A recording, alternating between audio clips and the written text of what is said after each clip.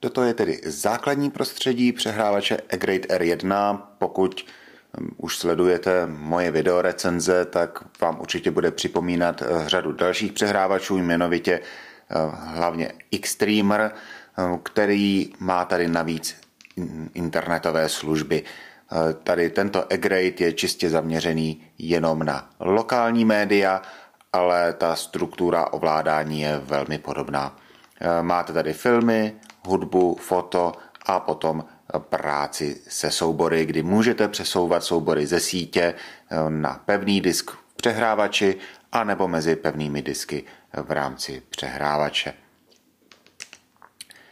Nastavení je tak v tom případě už také stejné, jako známe z těch jiných přehrávačů na této platformě. Máme tady nastavení videa, je tady i režim 24p, možnost připojení k bezdrátové síti a základní kódování. Co je tady nastavené, tak ačkoliv ten přehrávač podporuje středoevropské titulky, tak to neznamená, že by podporoval kódovou stránku 1250, tedy pokud chcete sledovat titulky, tak je budete muset uložit do formátu Unicode, UTF, což je tedy přeuložení například jenom v poznámkovém bloku. Existuje spousta i programů na převod toho kódování do Unicode, ale budete to muset z titulky udělat. Potom je tady i font titulku. Vidíte, že si můžete vybrat svůj vlastní font titulku. Nejste omezeni na nějaký konkrétní. Je tam nastaveno auto, ale můžete si vybrat i případně další fonty.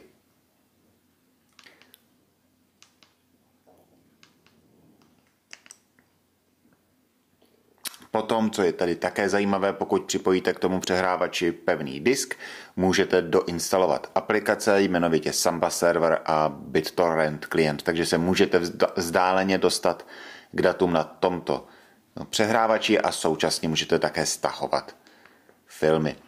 Potom je tady i položka pro DVD, tedy přehrávání DVDček. Zatím ale tady je jenom ta položka BD, jakoby jenom tak ve firmwareu Blu-ray ten přehrávač nepřehrává.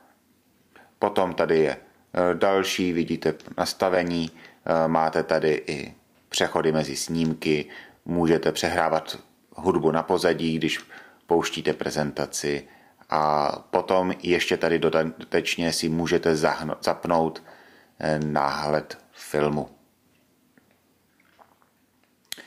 Podíváme se na filmy. Vidíte opět standardní výběr. Půjdu na server.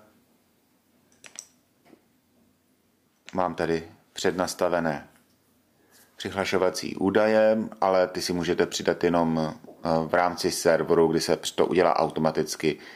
Nepřidá se to samo, že byste si nastavili nějakou konkrétní složku. No a můžeme se podívat na obvyklé ukázky. Vidíte tady, že to zjistí rychlost sítě a zobrazí náhled souboru.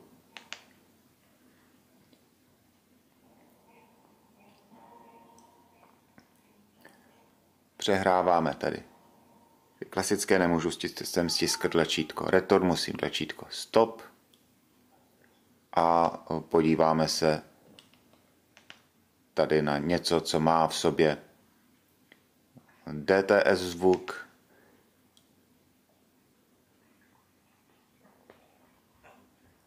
a tady vidíte i velmi výrazné titulky.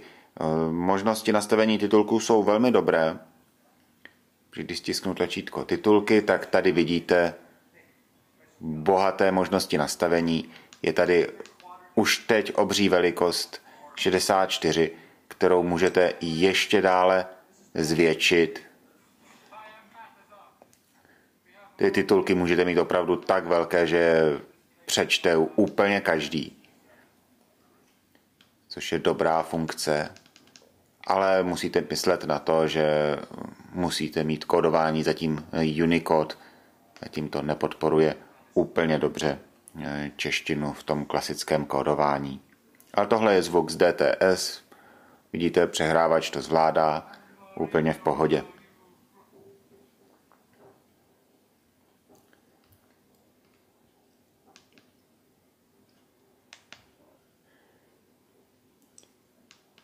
Ještě se podíváme na přehrávání DVD.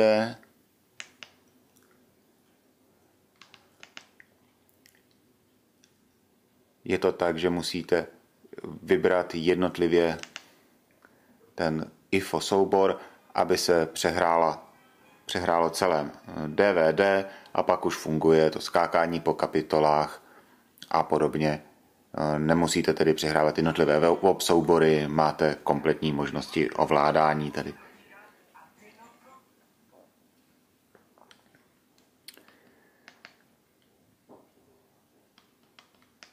Teď ještě vyjedu nahoru. Podíváme se na hudbu.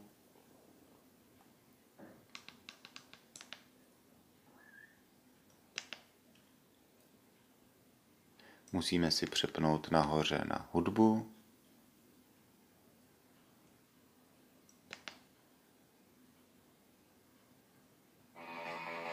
A tak toto hraje. Vidíte, nemáme žádné další informace a můžeme se posouvat v rámci toho přehrávače dál. Já to radši zastavím. No a ještě bychom se mohli podívat na fotky. Tak já tady najdu nějaké testovací obrázky.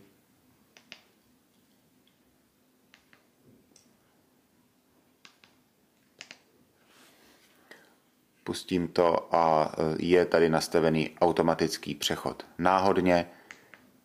Můžu si otáčet snímky. Vidíte, můžu přecházet i na další snímek.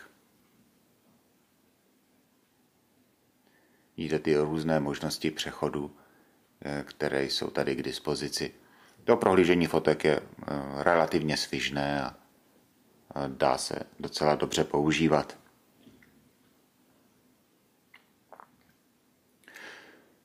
Tím ale nabídka v podstatě možností na tomto přehrávači končí. Je to opravdu čistě přehrávač. Nemá tady žádné internetové funkce, jako internetové rádio nebo YouTube, které je tak teď časté u těch přehrávačů. Je to základní přehrávač, ale na ty základní funkce si myslím docela dobře poslouží.